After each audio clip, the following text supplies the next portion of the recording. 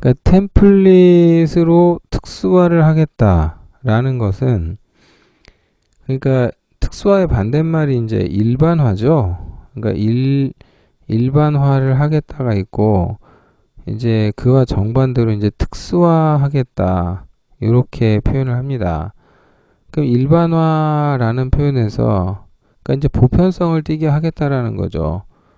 그러니까 어디에서 그렇게 하겠다는 거냐면은 코드에서 보편성인데, 이 보편성이 특별히 이 코드 중에서도 자료형에 대해서 보편성을 띠게 돼요. 그러니까 C++라는 언어가 이 자료형에 대해서, 자료 형식에 대해서 상당히 좀 예민하죠. 민감한 편이에요. 상당히 민감하다, 뭐 이렇게 민감하다 말을 할 수가 있는데, 예민하게 구는데, 이게 이제 그 지네릭 프로그래밍을 지원하려다 보니까, 이 보편성을 띠게 하려다 보니까 템플릿을 쓰게 되면 그러니까 형이 그렇다고 민감하지 않다는 건 아닌데, 형을 배제한, 이것을 뺀 나머지, 그러니까 논리 구조죠. 요것만 제외하고 요것만 딱 빼내고 나머지 이제 코드만을 만들어내는 게 이제 템플릿인데, 문제는 뭐냐면 이게 안 될 때가 있어요. 이렇게 예를 들면은 뭐 3하고 4를 더해라. 그러면 3이나 4 같은 경우는 인티저죠. 얘도 인티저예요. 그러면 이걸 더블로 가서 3.3 더하기 뭐 4.4 이렇게 가면 얘는 더블이고 더블이죠. 그러면은 이와 같은 경우를 고려해서 함수를 만들든 뭐라든 할 때는 뭐 이렇게 생각을 해볼 수가 있겠죠. 그러니까 예를 들면은 뭐 템플릿인데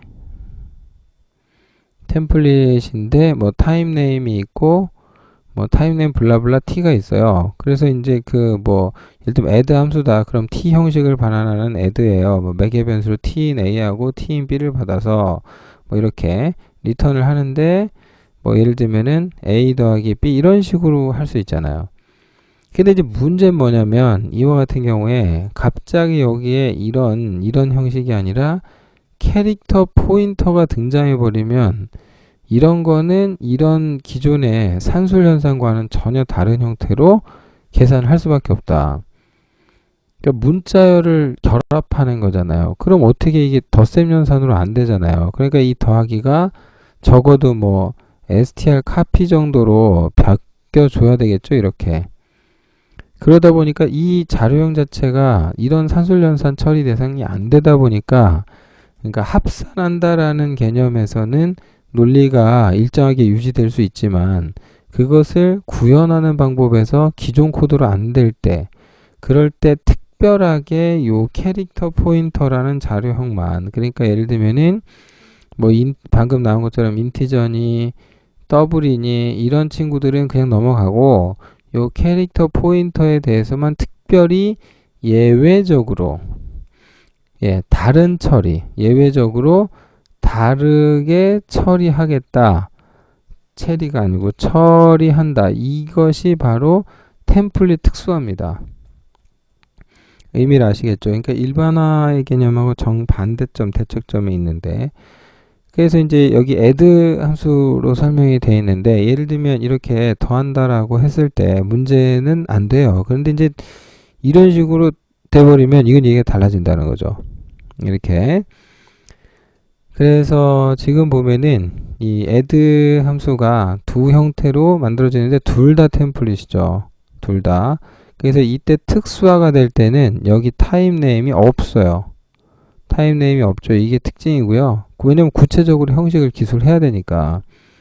그래서 이제 이게 없고 특수화되면은, 근데 일단 형식은 이름이 이제 얘랑 같죠. 그래서 이제 쓸 때 보면은 이게 이제 add인데 인티저 쓰고 3 더하기 4 캐릭터 포인터에서 이렇게 둘을 더해주세요. 이렇게 쓸 수 있다라는 거죠. 물론 이 경우는 이제 그 삭제를 해야 되겠죠, 메모리를. 그래서 이런 형태로 특수화가 되는 거죠. 여기 이제 특수화를 할 때는 주의사항 타임 네임을 아무것도 기술하지 않는다라는 거예요.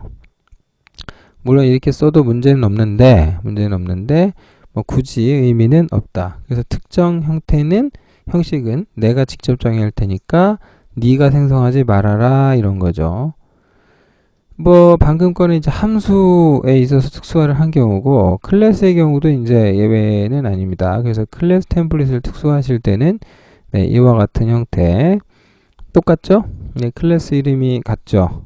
여기도 있고 여기도 있고 다만 이때는 타임 t 해가지고 t가 자령이 뭐가 됐든인데 특별히 따로 뽑아서 캐릭터 포인터만 빼서 이 경우는 이렇게 다르게 처리하라라는 거죠. 그렇게 되면은 이 마이 데이터를 선언을 하는데 캐릭터 포인터를 줬으니까 당연히 요 클래스 템플릿이 선택되겠죠. 뭐 코드를 찍어낸다기보다는 이 경우에는 그냥 이 코드로 적용이 되는 거죠. 네, 이렇게. 그래서 요게 이렇게 된다라는 점, 요거만 좀 잘 기억해 주시면 될 것 같아요. 자, 뭐 어려운 건 아닌 것 같고요. 그 다음 템플릿 클래스하고 상속이 나오는데 문법이 좀 독특하다라는 점 일단 우리가 이제 상속을 이야기할 때는 기본적으로 이제 현재 클래스 그 다음 기본 형식 클래스를 쓰게 돼 있는데 여기에서 이제 타입이 적용될 때는 이 베이스 클래스에 대한 템플릿 얘가 템플릿 클래스일 때 예를 들면 이게 클래스인데 템플릿 클래스죠. 그러니까 쉽게 말해서 클래스 템플릿과 상속이 나올 때 그러니까 템플릿 그러니까 클래스 템플릿을 상속 그러니까 원본 베이스 클래스로 쓰기 위해서는 파생 클래스에서 반드시 어떻게 해야 되냐 이 기본 형식에 지정할 타입 형식을 여기서 받아야 돼요. 물론 여기서 또 다른 형식이 필요하다면 여기에 맞는 뭐 타입 t가 여기에 똑같이 적용되는 게 아니라 뭐 타입도 다른 뭐 z를 받든지 뭐 이렇게 하셔야 되겠죠. 예, 그렇게 해주시면 뭐 쉽게 이제 그 네, 상속을 이제 구현할 수 있다. 뭐 그렇게 되겠네요.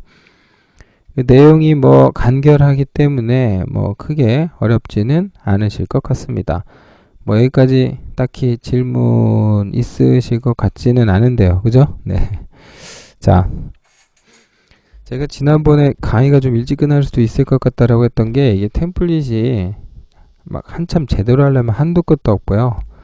예, 지금같이 좀 내용만 딱 살피면은 그렇게 뭐 많은 내용이 들어있지는 않아요. 그래서 이제 뭐 이 정도로 가볍게 보자 뭐 그랬던 건데 다만 요 스마트 포인터로 넘어가면 요건 좀 얘기가 달라지겠네요. 그래서 여기서 이것도 잠깐 끊고 갈게요. 녹화를